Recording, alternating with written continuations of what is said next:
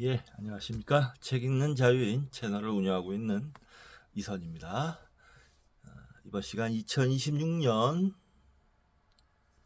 5월 5일 어린이날. 지금 시각은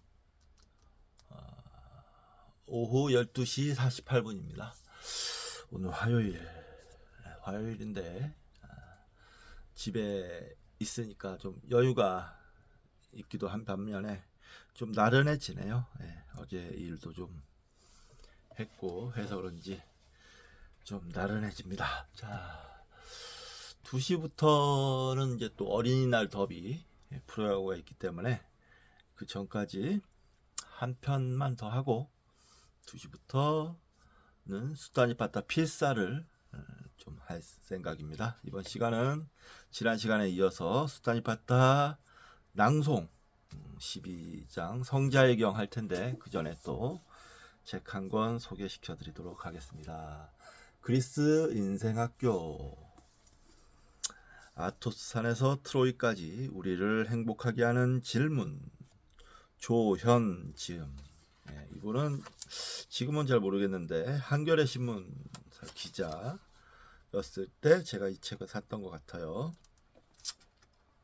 자, 저자 소개. 출판사는 슈 출판사입니다. 조현, 홍길동의 전설을 간직한 영산강 상류 황룡가강의 시골에서 태어나 사랑채에 모여든 식객들의 왁자지껄한 풍류 속에서 자랐다. 광주 1고 2학년이던 광주 5.18 때 총검으로 가방을 검열하던 군인에 기겁한 뒤 전남 도청 앞에 나다니던 누나의 치맛자락을 붙들고 가지 말라고 애원하던 겁쟁이였다. 그 무렵 학교를 자퇴하고 가출 상경하는 것으로 최초의 용기를 발휘했다. 방황의 시작이었다. 뒤늦게 검정고시를 보아 친구들보다 3년 늦게 전남대학교 신문방송학과에 진학했다. 시위 현장의 언저리를 맴돌다 무등야학에서 아이들을 가르치기도 했다.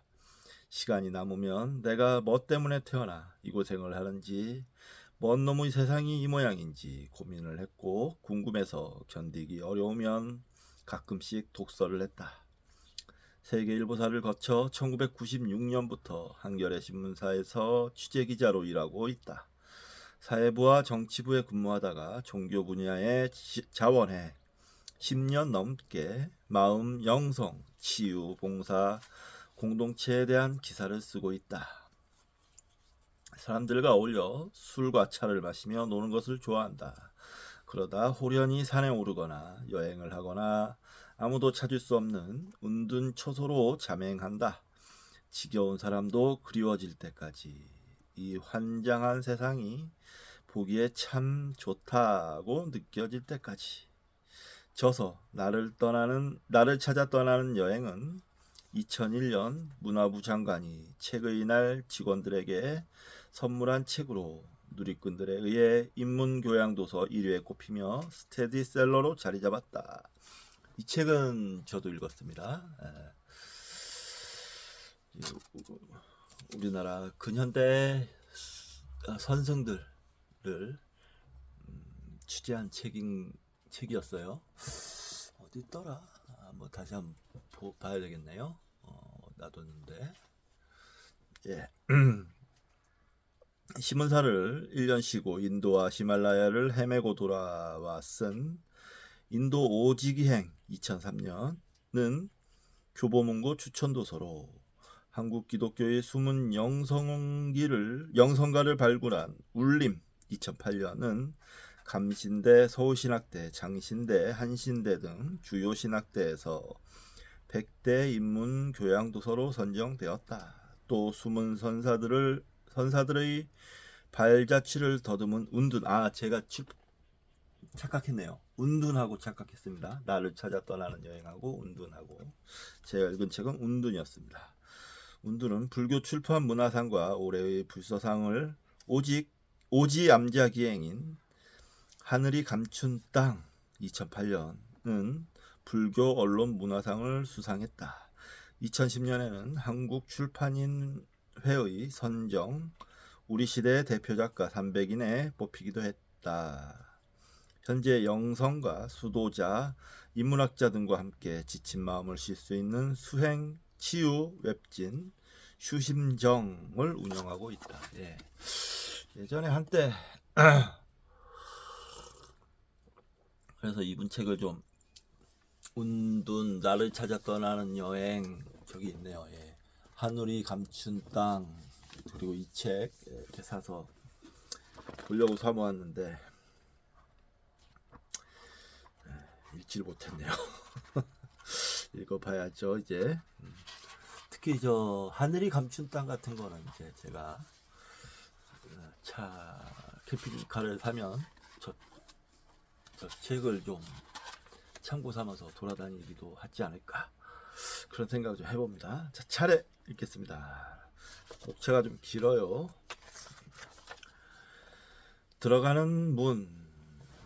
길을 묻는다면 신은 반드시 당신 편이다. 챕터 1. 금욕의 나라 아토스산. 나는 과연 버려야 할 것을 버렸는가?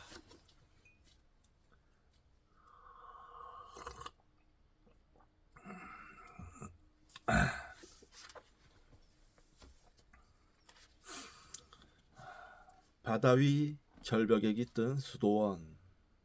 쉽게 열리지 않는 수도원 공화국. 무모한 여행자에게 손 내민 그리스 아저씨. 절벽 동굴에서 40년 수도의 의미. 애욕, 가장 끊기 어려운 욕망. 아토스산이 금녀의 땅이 된 까닭은? 챕터 2. 지상낙원 아기야나 수도원. 당신과 내가 편히 쉴 낙원은 어디에 있을까? 설산에는 기적을 일으키는 수도사들이 살고 있다네. 시모노 페트라 가는 길을 막아선 수도사. 깊은 슬픔을 어루만진 노수도사. 아기야나 수도원 가는 길. 지친 순례객을 위로한 최고의 만찬. 지상낙원이 바로 여기라네. 수도의 기원. 챕터 3. 알렉산드로스의 기도신전. 고대 디온. 자족을 모르는 탐욕의 끝은 어디인가? 신화는 최고의 심리술. 엄격한 훈련과 교육을 받은 스승들. 알렉산드로스. 그리스에선 대접받지 못하는 세계의 영웅. 절대 권력 vs 욕망을 버리고 얻은 진리. 우리에겐 얼마만큼의 땅이 필요한가? 서양과 동양의 만남 헬레니즘. 내용이 참 알찰 것 같은데. 챕터 4. 그리스 신들의 산 올림포스.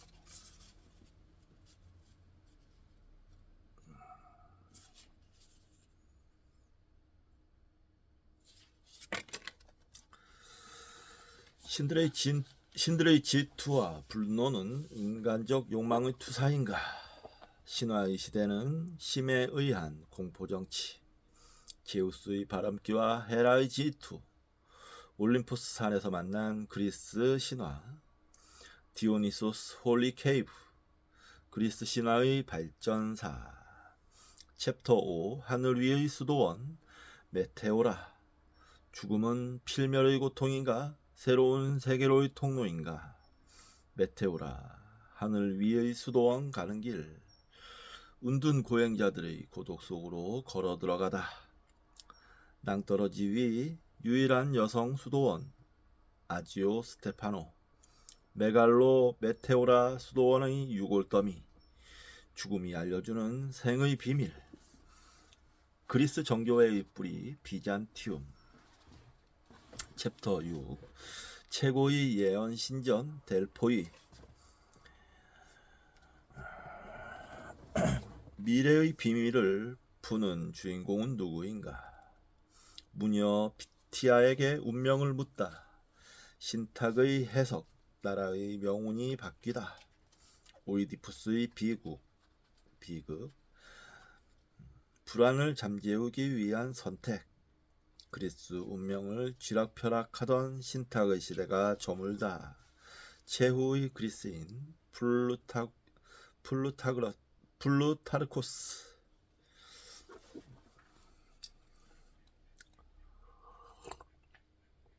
챕터 7. 이상한 이상국가 스파르타.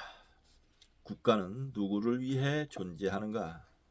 갓난아기 때부터 최고의 전사 훈련을 받다. 조직 생활의 수용 조건. 강건한 스파르타 여인. 그리스 속 낯선 풍경. 리쿠로고스법. 정복자 스파르타와 노예 헤일로타이.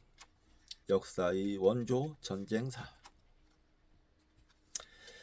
챕터 8. 나체의 향연 올림피아. 원하는 것을 얻기 위해 당신은 어떤 노력과 훈련을 하고 있는가? 감각 있는 전시장 올림피아 박물관. 고대 신전터 올림픽의 흔적. 나치의 관습 문명인과 야만인의 경계. 조각 같은 신체에 대한 로망. 탁월함은 하나의 행동이 아니라 습관. 미지근한 영혼으로 탁월해지기를 바라는가? 그리스의 올림픽은 통일 축제. 챕터 9. 인생 철학 교실 아테네. 당신은 온전히 당신 자신이었던 적이 있는가? 디오게네스의 등불. 고대 아테네를 설계한 솔로는 경제민주화의 선구자. 그리스 최고의 영웅을 탄생시킨 고난. 개성과 인문학의 고장 아테네. 다른 누군가가 되려는 갈망을 멈춰라.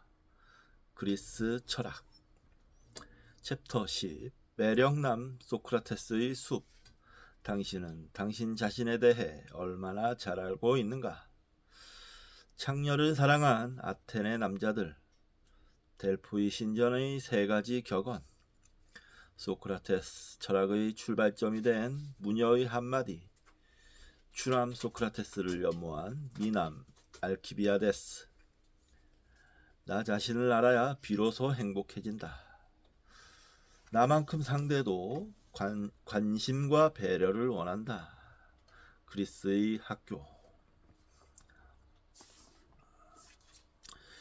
챕터 11. 자유의 섬 크레타. 조르바처럼 당신도 자유를 위해 삶을 바꿀 용기가 있는가? 에게해란 이름의 숨은 비극. 나는 자유다. 카잔차키스의 묘비명. 인류의 문명은 진화하고 있는가? 들어가면 나올 수 없는 미궁에 얽힌 신화. 훌륭한 지도자의 조건, 이성적 지혜와 사자의 용기. 세상을 바꾸기 전에 먼저 삶의 방식을 바꾸라. 조르바처럼. 서양 문명의 모태 그리스. 챕터 12. 단순한 아름다움 산토리니. 삶에 지친 나 자신을 스스로 위로한 적이 있는가? 화이트와 블루의 세상 산토리니. 늘 휴식을 말할 뿐 떠나지 못하는 사람들. 블랙비치, 레드비치를 걷는 자유.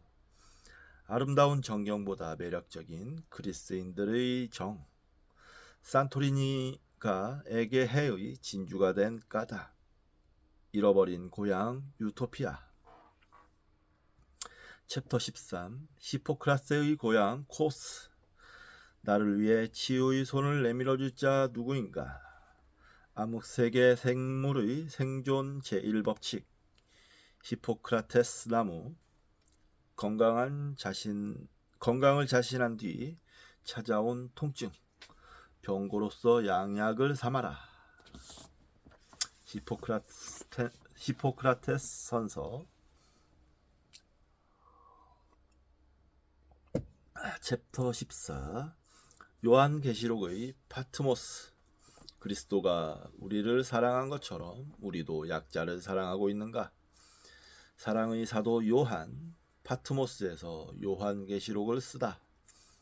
심판의 계시를 받은 동굴, 줄기차게 이어진 종말의 예언, 성과 악의 이분법, 그 빛과 그림자, 메타노이아, 나의 동굴에서 세상으로 나오다. 화려한 금장식보다 마음을 움직인 건 아르고스. 최후의 심판을 다룬 문제작 요한계시록. 챕터 15. 천재 지식인들의 섬 사모스. 우리는 지금 어디에서 길을 잃었는가? 지식탐험가 피타고라스, 붓다와 예수, 그리고 플라톤의 잃어버린 시간, 출신, 성격, 언행, 관상까지 심사한 피타고라스 공동체. 우리는 어디서부터 길을 잃었는가? 천국의 호수에서 행복을 낚는 노인, 사모스의 구세주 이솝. 챕터 16. 신과 전사들의 무대 트로이. 우리의 삶을 무너뜨리는 트로이의 목마는 무엇인가? 새 여신의 미모 다툼이 벌인 전쟁, 트로이의 목마에 숨은 이야기, 트로이 유적 발견의 꿈을 이룬 슐리만, 트로이 목마의 술수를 간파한 라오콘, 우리의 선택 속에 숨은 트로이의 목마, 서양 문학과 정신의 원류, 일리아스, 오디세이아, 아이네이스. 예, 길게 책 소개를 했는데요. 굉장히 이 차례만 읽어봤는데도 읽고 싶어서 미치겠네요. 예, 재밌을 것 같아요. 너무너무 재밌을 것 같습니다. 이 조현 이분에 대한 관심을 좀 다시 가져봐야겠어요. 좋은 책을 많이 쓰셨는데 최근에는 어떤지 제가 관심을 좀 잊어버리고 있었는데 좀 찾아봐야 될 것 같습니다. 예, 자, 이번 시간 수단이 봤다 낭송 12번 성자의 경 시작하겠습니다. 1. 세존. 친밀한 데서 두려움이 생기고 거처에서 더러운 먼지가 생겨난다. 거처도 두지 말고 친밀한 곳도 두지 않으니 이것이 바로 성자의 통찰이다. 2. 이미 생겨난 것을 버리고 새로 심지 않고 지금 생겨난 것에 들지 않는다면 홀로 가는 그 님을 성자라 부른다. 저 위대한 선인은 정멸의 경지를 본 것이다. 3. 근본을 살피어 그 씨앗을 부수고 그것에 물기를 공급하지 않는다면 그는 참으로 생멸의 끝을 본 성자, 사려를 버리고 헤아려지지 않는 님이다. 4. 모든 존재의 처소에 대하여 잘 알아. 그것들 가운데 어떤 것도 바라지 않는 그는 탐욕을 떠난 무욕의 성자이다. 피 안에 도달해 다툼이 없기 때문이다. 5. 온갖 것을 극복하고 모든 것을 알고 슬기롭고 여러 현상에 의해 더럽혀지지 않으며 모든 것을 버리고 가래를 끊어 해탈한 자, 현명한 님들은 그를 또한 성자로 한다. 6. 힘이 지혜에 있고 계행과 덕행을 지키고 삼매에 들고 선정을 즐기며 새김이 있고 집착에서 벗어나 황무지가 없고 번뇌를 여인 자, 현명한 님들은 그를 또한 성자로 한다. 7. 홀로 살면서 방일하지 않은 성자, 비난과 칭찬에도 흔들리지 않고 소리에 놀라지 않는 사자처럼 그물에 걸리지 않는 바람처럼 진흙에 더럽혀지지 않는 연꽃처럼 남에게 이끌리지 않고 남을 이끄는 자, 현명한 님들을 그를 또한 성자로 한다. 8. 남들이 극단적인 말을 하더라도 목욕장에 서 있는 기둥처럼 태어나고 탐욕을 떠나 모든 감관을 잘 다스리는 자, 현명한 님들은 그를 또한 성자로 한다. 9. 배틀의 북처럼 바르게 자신을 확립하여 모든 악한 행위를 싫어하고 바른 것과 바르지 않은 것을 잘 아는 자, 현명한 님들은 그를 또한 성자로 한다. 10. 젊을 때나 중년이나 성자의 삶을 사는 자는 자제하여 자신을 다스리며 악을 행하지 않아 괴롭혀질 수 없고 누구를 괴롭히지도 않는다. 현명한 님들은 그를 또한 성자로 한다. 11. 윗부분이건 중간 부분이건 남은 것이건 타인에 의해 주어진 것으로 생활하고 칭찬하지도 않고 욕을 하지도 않는다면 현명한 님들은 그를 또한 성자로 한다. 12. 젊어서 누구에게도 묶이지 않고 성적 방종을 끊고 유행하는 성자, 취하고 방일하지 않아 해탈한 자, 현명한 님들은 그를 또한 성자의 삶을 사는 자로 한다. 13. 세상을 잘 알고 궁극의 진리를 보고 거센 흐름과 바다를 건넌 사람, 속박을 끊고 의존하지 않으며 번뇌를 여인 자, 현명한 님들은 그를 또한 성자의 삶을 사는 자로 안다. 14. 제가자는 아내를 부양하고 덕행자에게는 내 것이 없어. 둘은 처소와 생활 양식이 같지 않다. 제가자는 남의 생명을 해치는 것을 삼가기 어렵지만 성자는 항상 삼가며 남의 목숨을 보호한다. 15. 하늘을 나는 목이 푸른 공작새가 백조의 빠름을 따라잡을 수 없는 것처럼 제가자는 멀리 떠나 숲속에서 명상하는 수행승 그 성자에게 미치지 못한다. 성자의 경이 끝났다. 여기까지가 뱀의 품, 첫 번째 품인데요. 자, 성자의 경 이제 찬찬히 다시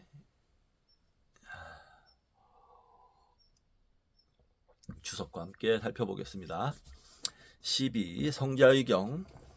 자, STN P35.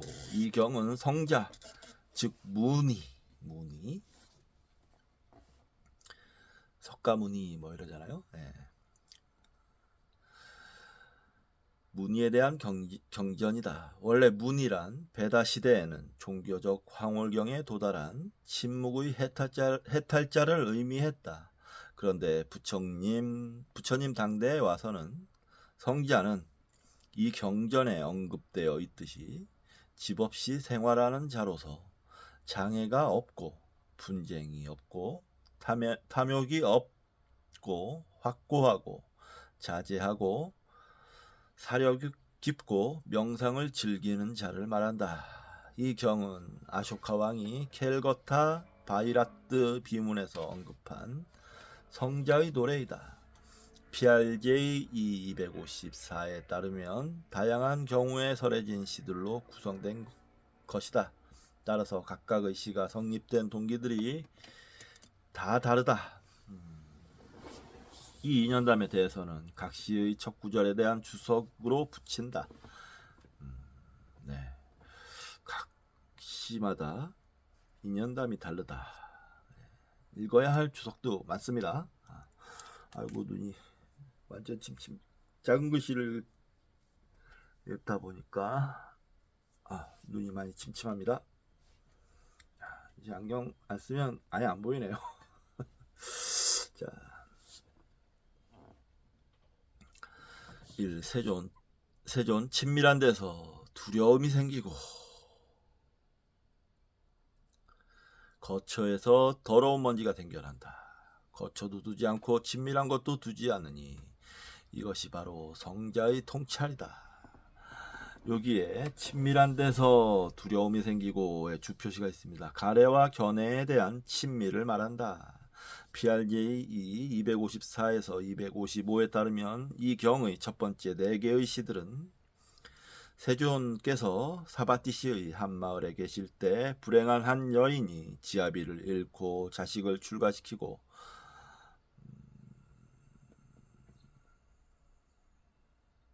자신도 비구니 교단에 들어왔다.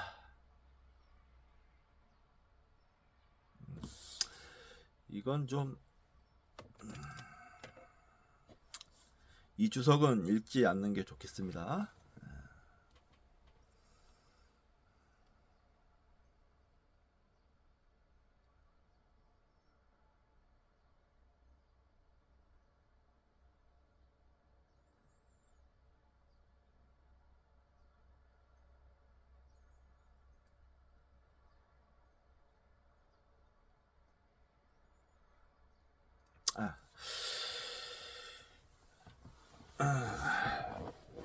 안구따라 니까에 나오는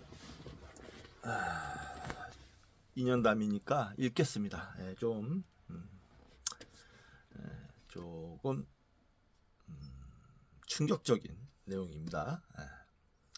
자, 세종께서 사바티시의 한 마을에 계실 때 불행한 한 여인이 지아비를 잃고 자식을 출가시키고 자신도 비구니 교단에 들어왔다. 모자는 사바티시에서 우기를 보내면서 비구니와 비구로서 자주 만났는데 서로 무엇인가 손안에 얻으면 찾아가서 가져다 주곤 했다.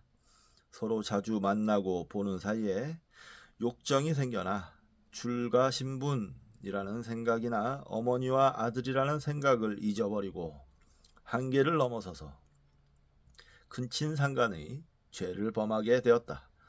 그들은 비난을 받고는 속퇴하였다.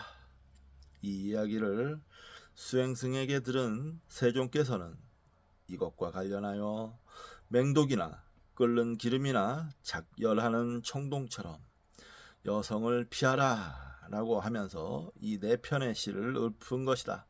이와 관련하여 안구따라 니까야 3, 67에 어머니와 아들의 경이 있다. 이 별의 별일이 승가에서는 참 있었습니다.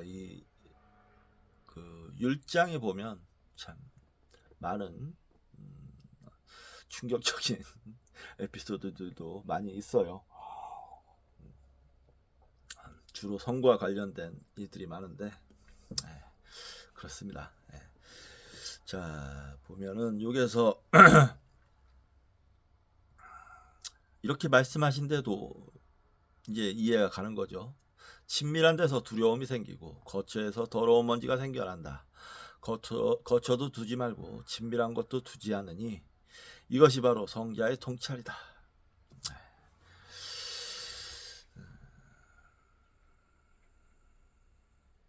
이 네 개, 그 다음 네 개의 경이라니까 4번까지 읽어드리겠습니다. 이미 생겨난 것을 버리고 새로 심지 않고 지금 생겨난 것에 들지 않는다면 홀로 가는 그 님을 성자라 부른다. 저 위대한 선인은 정멸의 경지를 본 것이다.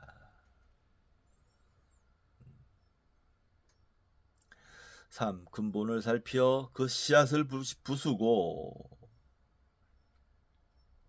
그것에 물기를 공급하지 않는다면 그는 참으로 생멸의 끝을 본 성자, 사려를 버리고 헤아려지지 않는 님이다. 4. 모든 존재의 처소에 대하여 잘 알아. 그것들 가운데 어떤 것도 바라지 않는 그는 탐욕을 떠난 무욕의 성자이다. 피 안에 도달해 다툼이 없기 때문이다.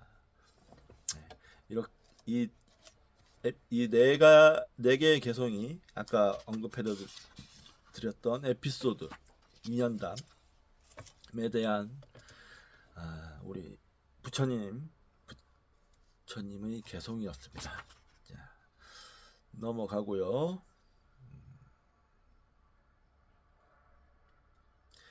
자, 이제 그럼 5번은 그 다음 에피소드겠죠. 5. 온갖 것을 극복하고 모든 것을 알고 슬기롭고 여러 현상에 의해 더럽혀지지 않으며 모든 것을 버리고 가래를 끊어 해탈한 자 현명한 님들은 그를 또한 성자로 한다. 여기에 주표시가 있어요.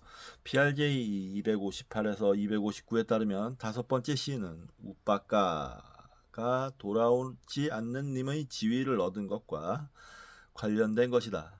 부처님께서 초전 법륜을 전하기 위해 베나레스로 가면서 보리수가 있는 곳에서 가야의 사이를 지나다 우빠까라는 사명외도를 만났다. 우빠까는 부처님에게 성취한 것이 무엇이냐고 묻고는 일체를 극복한 자라고 대답하자 그것이 무한 승리자를 의미하는지를 물었다.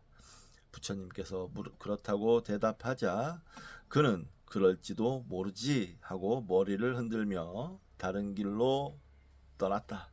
유명한 얘기입니다. 이 우빠까가 부처님께서 성도 정각을 이루신 후에 첫 번째 만난 인물이에요. 근데 이 인물이 부처님을 딱 마주 대했는데 뭔가 대단하다. 뭔가 있는 것 같다. 뭐 이런 식 느낌은 가지고 있었지만 느낌을 확인하는 눈이 없었던 거죠. 그래서 부처님을 그냥 지나쳤다 이런 말이 있는데 그 후의 이야기가 궁금하네요. 그 후 우빠까는 방가국으로 갔다. 그는 거기서 사냥꾼을 만났는데 사냥꾼은 수행자가 옷도 입지 않은 것을 보고는 욕심없는 아란이라고 생각하여 자신의 처소에 머물게 하고는 극진히 대접했다. 여름에 그는 사슴이 시원한 지방으로 이동하기 때문에 사냥하러 멀리 떠나면서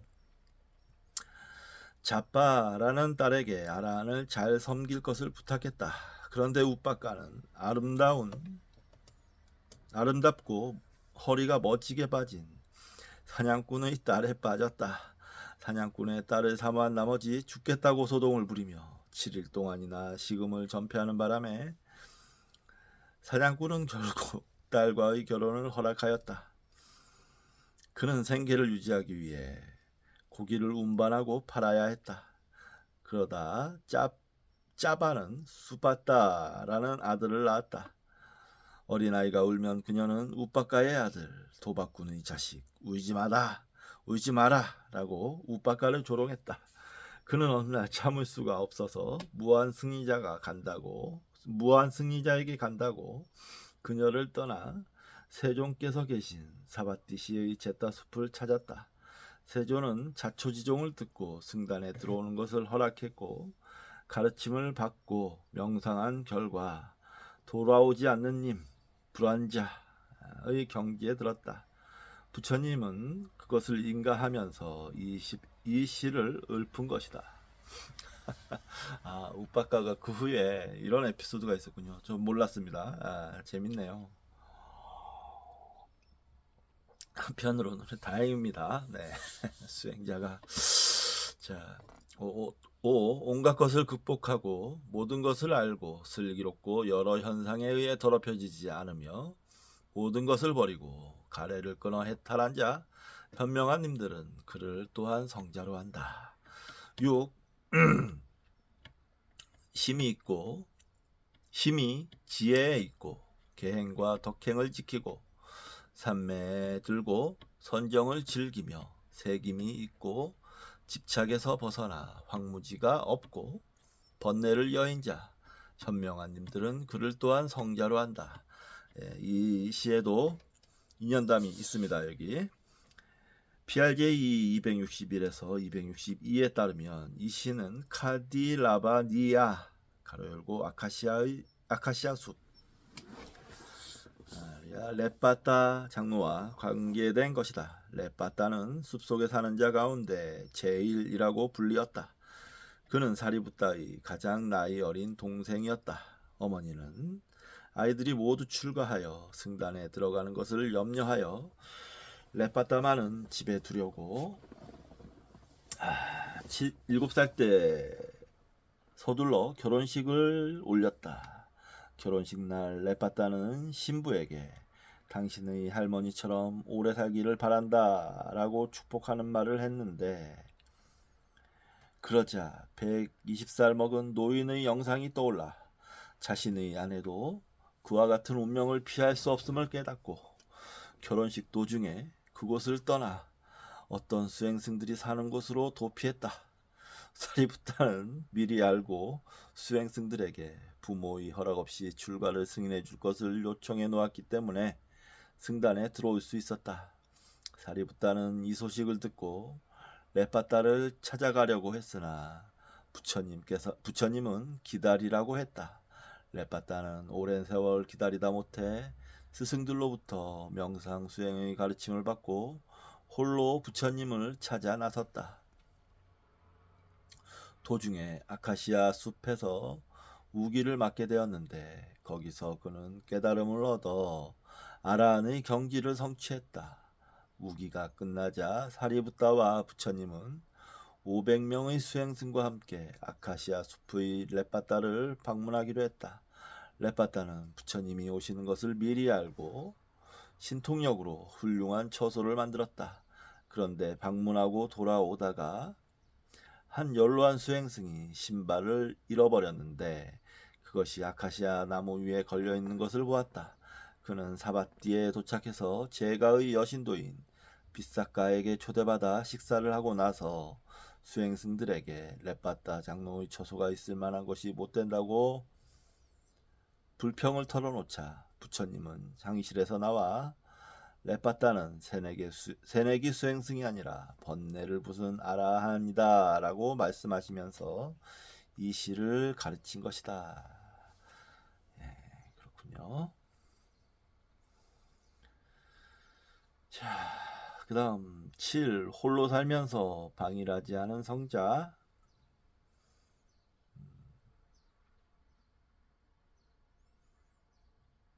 예, 홀로 아니 잠깐만요. 이 앞에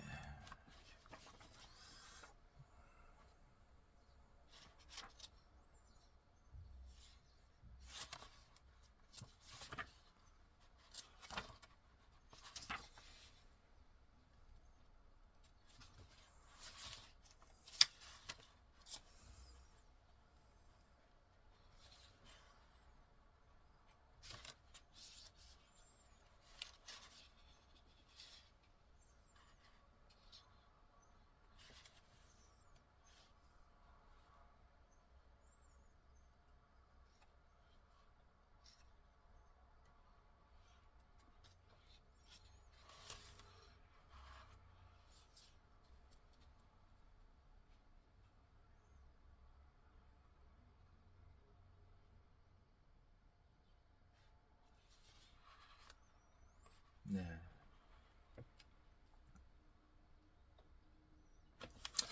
여기 이제 보면 각 단어를 좀 주석에서 해석해 드리는 게 좋을 것 같은데 6번 계속 다시 읽어보겠습니다. 심이 지혜에 있고 계행과 덕행을 지키고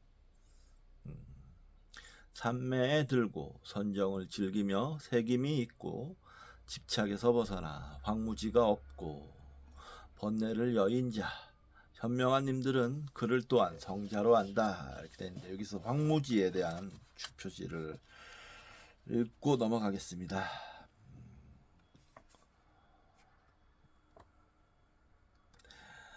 쌍유타 니까야 57에 따르면 세 가지 황무지가 있다. 수행승들이여 세 가지 황무지가 있다. 어떠한 것이 세 가지인가? 탐욕의 황무지, 성냄의 황무지, 어리석음의 황무지가 있다. 수행승들이여 이러한 것이 세 가지 황무지이다. 수행승들이여 이러한 세 가지 황무지를 잘 알고 두루 알고 소멸시키고 버리기 위해 8가지 성스러운 길을 닦아야 한다. 그리고 맞지마니까야 100일에는 5가지 마음의 황무지에 관해 언급하고 있다. 그것은 삼보에 대한 의심과 학문에 대한 의심, 동료 수행자에 대한 의심을 뜻한다.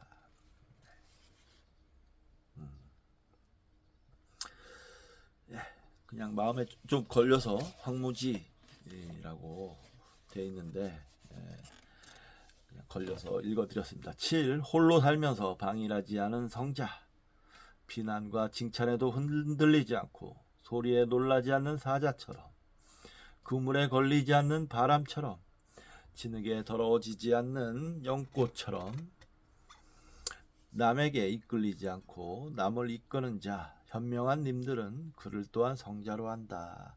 이 시에도 역시 자 2년담이 있습니다. PRJE 262에서 263에 따르면 이 시에는 숫도다나 왕과 관계된 것이다. 세종께서 카필라바뚜에 가서 아버지인 숫도다나 왕을 만나 뵙자 왕이 존자여, 그대는 집에 있을 때에는 방향의 향기가 나는 베나레스의 옷을 입었는데 지금은 어째서 낡아 빠진 분소일을 입었는가? 라고 질문하자 새털이나 양모나 목면이나 비단으로 만든 옷보다 이 분소이가 좋습니다. 라고 세간의 법에 흔들리지 않고 이 시를 읊은 것이다.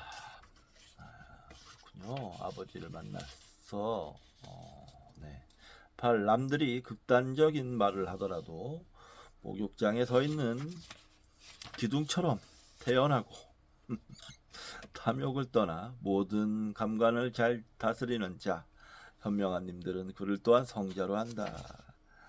이 시도 PRJ 263, 264에 따르면 이 시는 진짜 마나비카와 관련된 시다.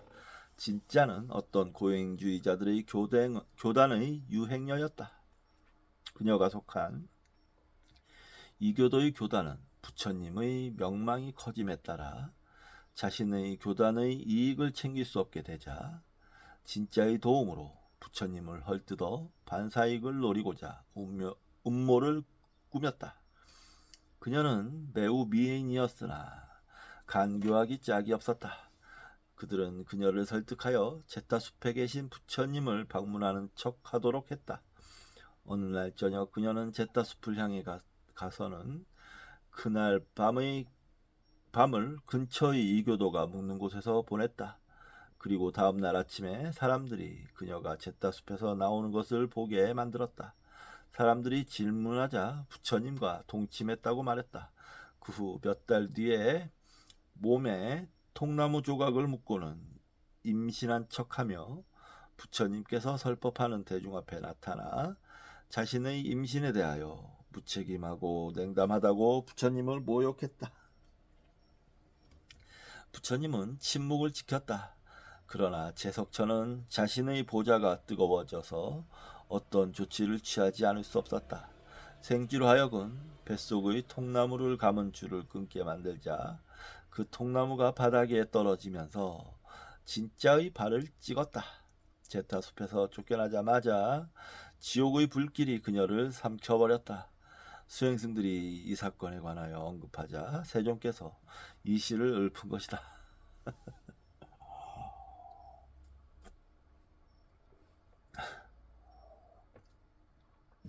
어설프기 짝이 없는 어설프기 짝이 없는 짓을 하다가 큰 낭패를 봤네요.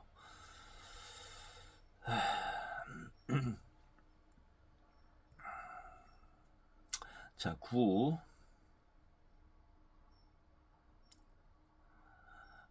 배틀의 북처럼 바르게 자신을 확립하여 모든 악한 행위를 싫어하고 바른 것과 바르지 않은 것을 잘 아는 자, 현명한 님들은 그를 또한 성자로 한다. 여기 인연담이 있습니다. PRJ 265에서 266에 따르면 신은 사바티시의 부호의 딸에게 가르친 것이다. 그녀는 누각에서 내려와 누각 아래 직조실의 배틀을 보고 그것에 대해 생각하다가 신체적으로 언어적으로 굽어진 중생의 성품을 버리고 배틀처럼 고든 성품을 갖기를 원했다. 그녀는 누각에 다시 올라와서 홀로 명상에 잠겼다. 무상하고 괴롭고 실체가 없다는 삼법인의 진리가 나타나고 삼계가 불타는 현상이 나타났다. 부처님은 향실에 계시다가 그녀의 생각을 잃고 빛을 놓아 신통력으로 그녀 앞에 나타나 이 시를 설했다. 네. 자, 10. 젊을 때나 중년이나 성자의 삶을 사는 자는 자제하여 자신을 다스리며 악을 행하지 않아 괴롭혀질 수 없고 누구를 괴롭히지도 않는다. 현명한 님들은 그를 또한 성자로 한다. 이 시의 인연다움을 보겠습니다. PRJ 266에 따르면 이 시는 세종께서 알라비시에 사는 길쌈하는 7살 소녀와 관련된 가르침이다. 어느 날 직조공이 7살 된 딸에게 길쌈을 시키고 있었는데 부처님이 대자비의 산매에 들어 세상을 살피다가 그 소녀가 진리의 흐름에 든 이가 될 것을 알고 알라비시를 방문하였다. 소녀는 많은 사람에 둘러싸인 부처님을 보자 5번 절을 올렸다. 세종께서는 소녀에게 물었다. 소녀여, 그대는 어디서 왔는가? 세존이시여, 모릅니다. 소녀여, 그대는 어디로 갈 것인가? 세존이시여, 알지 못합니다. 알지 못하는가? 세존이시여, 압니다. 아는가? 세존이시여, 알지 못합니다. 이것을 듣고 사람들은 화를 내었다. 부처님께 당돌하게 대답을 했기 때문이었다.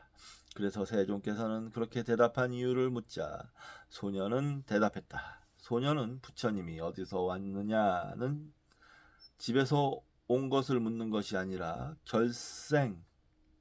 결성에 관해 물은 것이라 알지 못한다고 대답했고, 어디로 갈 것이냐라는 것은 죽음에 대해 물은 것이라 알지 못한다고 했으며, 알지 못하는가라는 것은 죽음에 대하여 알지 못하는가라고 물은 것인데, 모든 존재는 죽어야 한다는 것을 안다 라고 대답한 것이며, 아는가 라고 물은 것은 죽음에 대하여 언제 죽는가를 알지 못한다 라고 대답한 것이라고 설명했다.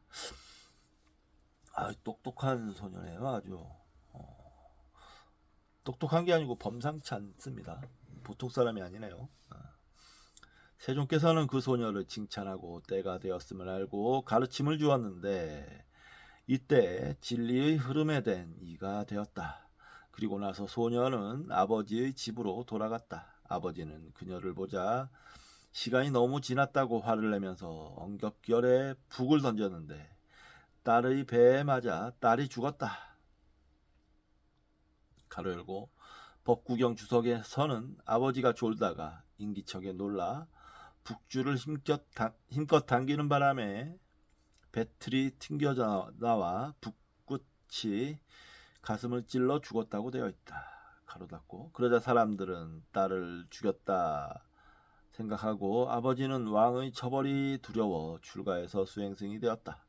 그러자 수행승들 사이에서도 딸을 죽인 것이 문제가 되자 세종께서는 이 수행승이 딸을 죽인 것이 아니라 그녀는 자신의 업에 의해 죽은 것이다 라고 하면서 수행승들에게 사람들이 이해하기 어려운 번뇌를 부순 성자의 상태에 관하여 밝히면서 이 시를 설한 것이다.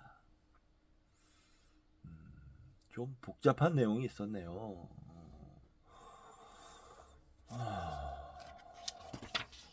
네, 그 다음 넘어가겠습니다.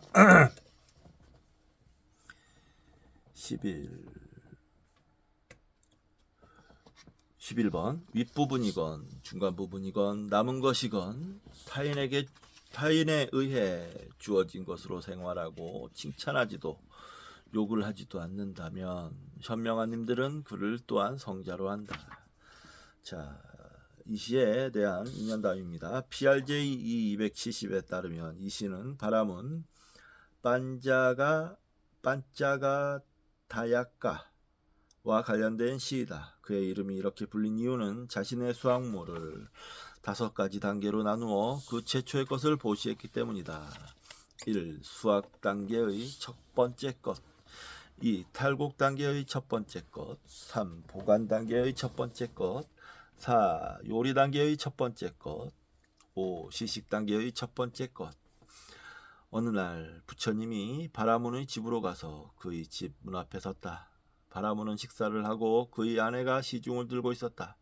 아내가 부처님을 보고 남편이 자신의 음식을 모두 보시하게 되면 다시 요리를 해야 할 것을 염려하여 남편에게 부처님이 보이지 않도록 종려나무 줄기로 가렸다. 부처님은 그것을 눈치채고 몸에서 광명을 놓았다. 그 바라문이 광명을 알아채고 비추는 것을 보니 부처님이 문 밖에 서 있었다. 바라문의 아내도 남편이 이미 알아차린 것을 알고는 종려나무 줄기를 치워버렸다. 바라문의 아내도 그것을 알고는 부처님께 예배를 올리자 부처님은 일체의 정신적, 신체적인 현상 속에 나의 것이 없다는 가르침을 전했다. 그러자 그녀는 진리의 흐름에 든 이가 되었다. 바라문은 부처님을 집안으로 들이고 상석에 앉히며 자신의 공양을 부처님께 드렸다. 부처님께서는 식후에 이 시를 그 바라문에게 가르쳤다. 여기서 윗부분의 음식은 옹기에서 최초로 꺼내놓은 음식을 말하고 가운데 부분은 중간까지 꺼낸 옹기에서 퍼낸 음식을 말하고 남은 부분은 옹기 가운데 한두 숟갈 정도 남아있던 것을 퍼낸 음식을 말한다. 네, 그랬군요. 자, 12. 젊어서 누구에게도 묶이지 않고 성적 방종을 끊고 유행하는 성자, 취하지 않고 방일하지 않아 해탈한 자, 현명한 님들은 그를 또한 성자의 삶을 사는 자로 안다. 자, 이 시의 인연담입니다. PRJ 272에 따르면 사바티 시의 어떤 부의 아들로서 계절에 따라 새 저택에서 즐기면서 지내는 소년이 부모에게 요청해서 출가를 하고자 했다. 그는 STN 50에 나오는 쾌락의 종류는 다양하고 달콤하고 즐거우니 여러 가지 형상으로 마음을 혼란시킨다. 욕망의 가닥들에서 이러한 위험을 보고 무소의 뿔처럼 혼자서 가라는 가르침의 의미를 알고 거기에 이끌려 3번 출가하고 환속하면서 4번째 아라한의 경지를 성취했다. 그는 수행승들에게 벗이여 나는 방황하지 않는다고 말했다. 이 이야기를 듣고 세존께서는 그는 이제 더 이상 방황하지 않는다라고 말씀하시며 이 시를 읊었다. 13. 세상을 잘 알고 궁극의 진리를 보고 거센 흐름과 바다를 건넌 사람, 속박을 끊고 의존하지 않으며 번뇌를 여인 자, 현명한 님들은 그를 또한 성자의 삶을 사는 자로 안다. 자, 이 시의 인연답입니다. PRJ 273에 따르면 이 시는 난다와 관계된 것이다. 난다는 수도다나와 마하빠자빠띠의 아들로 부처님의 이복동생이다.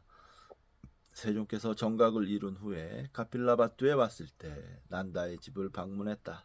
난다에게는 3가지 축복, 장신의 축복과 관정의 축복과 결혼의 축복의 3가지 의례가 있는 날이었다. 난다는 자나빠다 깔리야니 난다와 결혼식을 거행하고 있었다. 부처님은 난다에게 행운을 빌고 자신의 바루를 건네주었다. 난다는 그 바루 때문에 그것을 들고 궁궐 밖으로 부처님을 따라 나섰다.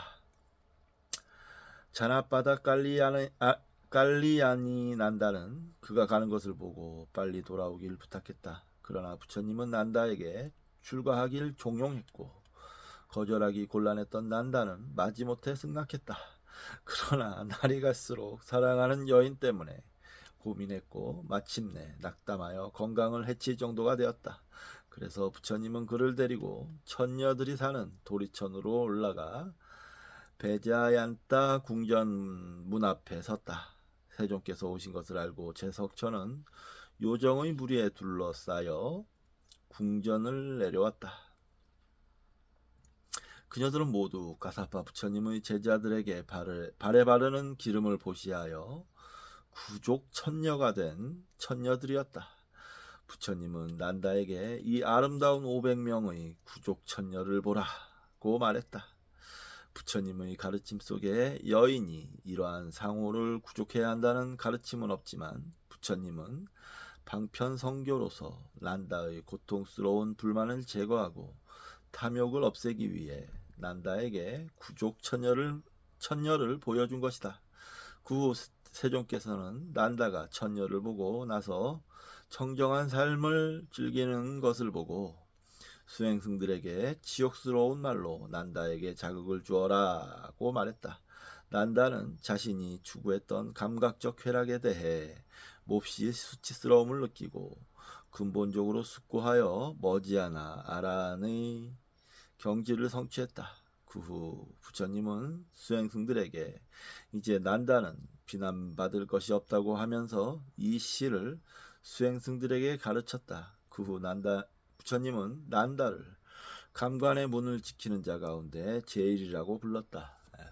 이 이야기는 유명한 얘기입니다. 그러니까 이지복 동생 난다를 부처님께서 출가를 시켰는데 이 난다가 자기 새색시가 그리워가지고 맨날 울고 수행도 안 하고 막 불고 몸까지 아프게 된 거예요. 그래서 부처님께서 난다를 데리고 제석천이 사는 곳으로 가서 천녀들을 보여주니까 천녀들이 뭐 자기 새색시와는 비교도 안 될 정도로 예쁜 거예요. 야, 그래서 부처님께 묻습니다. 부처님 어떻게 하면 이런 나라에 태어나 살 수 있겠습니까? 하니까 부처님께서는 정경한 삶을 살면 너가 천신이 되어서 이런 삶을 살 수 있다. 이렇게 아름다운 여자들을 데리고 살 수 있다. 하니까 그 다음부터 난다가 아주 청정스러운 삶을 살기 시작합니다. 수행을 열심히 나는 꼭 천신이 돼서 저 천녀들과 살리라 하면서 지나가다가 그런데 그런 모습을 보던 아난다가 꾸중을 하죠. 난다에게. 수행은 진정한 수행이란 건 그런 물질적인 감각적인 쾌락을 얻기 위해서 하는 것이 아니다 라고 꾸중을 하고 거기에 대오해서 난다가 열심히 수행정진해서 아란이 됐다라는 이야기입니다. 유명한 이야기입니다. 난다의 이야기.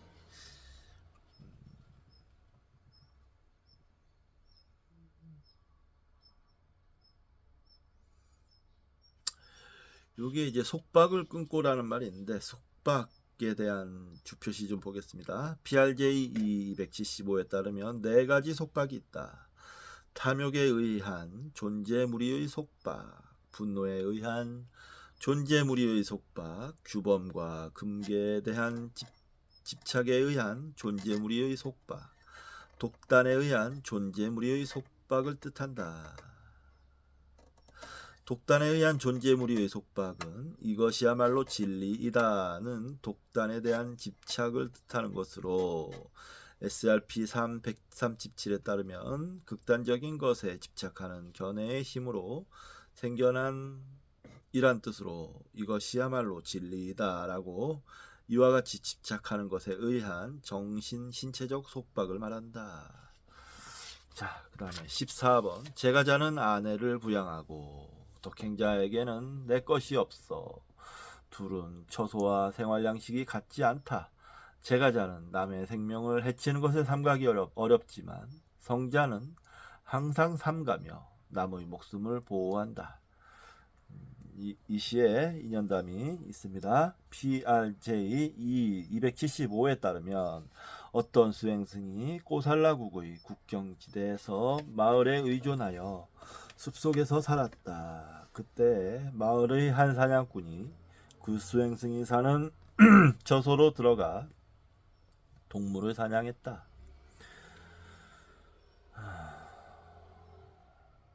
그는 숲속에 들어갈 때면 장로가 마을로 탁발하기 위해 숲으로 나오는 것을 보았다.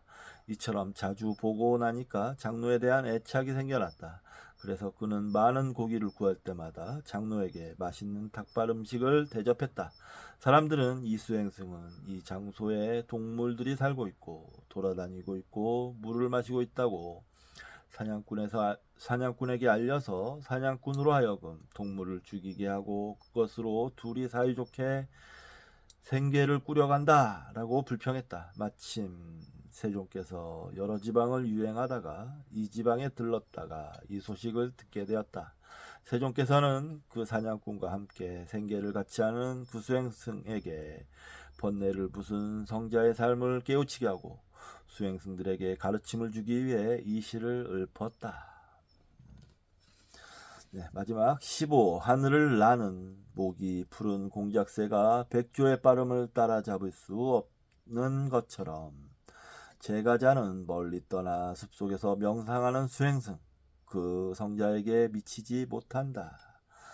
네, 인연단 보겠습니다. PRJ 276에 따르면 세존께서 카필라바투에 계실 때 사키아족들 사이에 논쟁이 먼저 진리의 흐름에 든 자는 나중에 든 자보다 오래되었기 때문에 먼저 흐름에 든 자가 나중에 흐름에 든 수행승에게 예경을 받아야 한다라는 논쟁이 일어났다.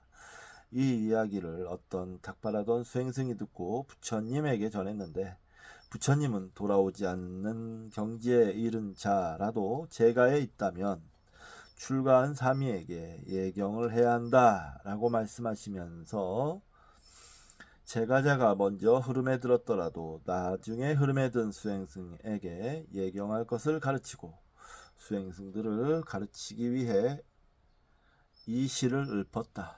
예. 아무리 흐름에 들거나 뭐 어떤 경기에 올랐더라도 아란이 되지 않았다면 제가자는 출가한 수행승보다 수행승을 더 대접하고 대우해야 한다. 그 권위를 인정해야 한다. 이렇게 말씀하고 계십니다. 자, 여기까지 1품 뱀의 품이 끝났습니다. 이제 2품 작은 법문 품 이제 다음 시간부터 하도록 하겠습니다. 네. 자, 이제 좀 쉬었다가 야구 좀 봐야겠네요. 자, 어린이날 더비 야구를 보면서 필사를 하겠습니다. 다음 시간에 뵙도록 하겠습니다. 감사합니다.